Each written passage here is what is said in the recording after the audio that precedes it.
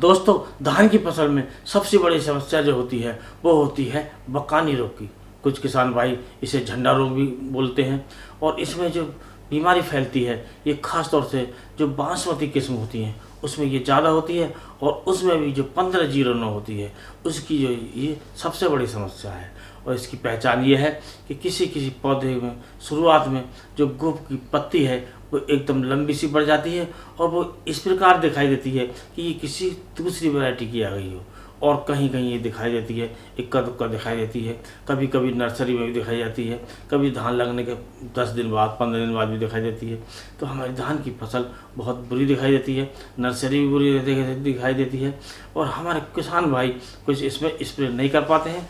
और आज आपको एक ऐसी जानकारी देंगे कि आप बिना किसी स्प्रे के इसे प्रयोग करके आप अपने धान की फसल को, अर्थात धान की फसल के साथ साथ धान की जो नर्सरी होती है उसे भी इस रोग से बचा सकते हैं। यदि इस रोग बीमारी आ गई है इस फसल में तो इसे दूर भी कर सकते हैं।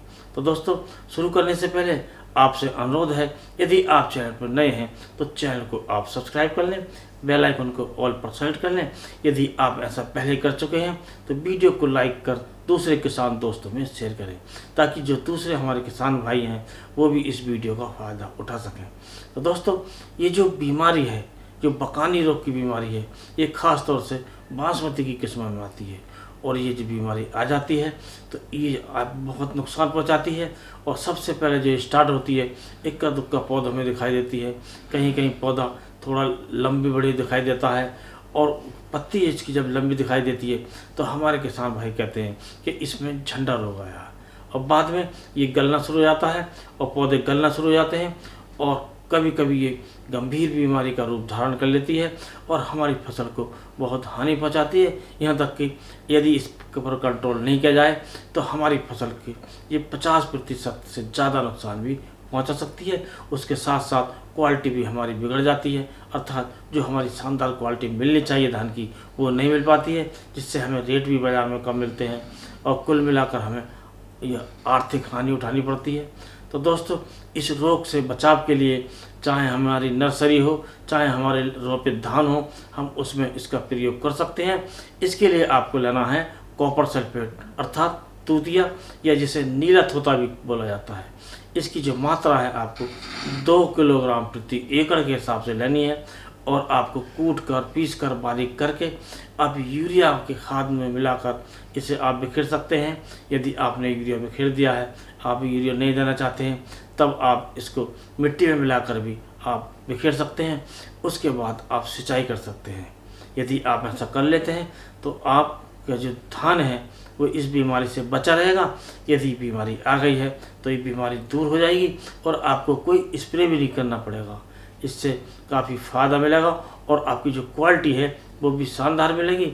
और दोस्तों, इसके लिए जो हमें सावधानी बरतने की आवश्यकता है वो यही है कि हमें जो इसकी मात्रा लेनी है वो ठीक मात्रा लेनी है। जो हमने बताया है तो बताए अनुसार ही मात्रा लेनी है, और इसकी जो कूट पीस कर हमें बारीक करके ही ये हमें इसे बिखेरना चाहिए। और एक बात और ध्यान रखें, ये बाज़ार में ये पिसा हुआ भी मिलता है, हमें पिसा हुआ किसी भी हालत में नहीं लेना चाहिए, क्योंकि उसमें मिलावट का खतरा रहता है। जो पिसा हुआ होता है उसमें मिलावट भी हो सकती है, लेकिन जो डली वाला होता है, जो डेले के रूप में होता है, उसे ही आप बाज़ार से खरीदें। और इसे खरीद कर आप कूट कर पीस कर अच्छी प्रकार इसे चाहे आप खाद में मिलाकर बिखेरें चाहे आप मिट्टी में मिलाकर बिखेरें, तब आपको ये जो काफ़ी फ़ायदा करेगा और आपको इससे अपनी फसल को बचाए रखेगा। और कुल मिलाकर आपकी जो उपज है वो ज़्यादा मिलेगी और क्वालिटी भी शानदार होगी।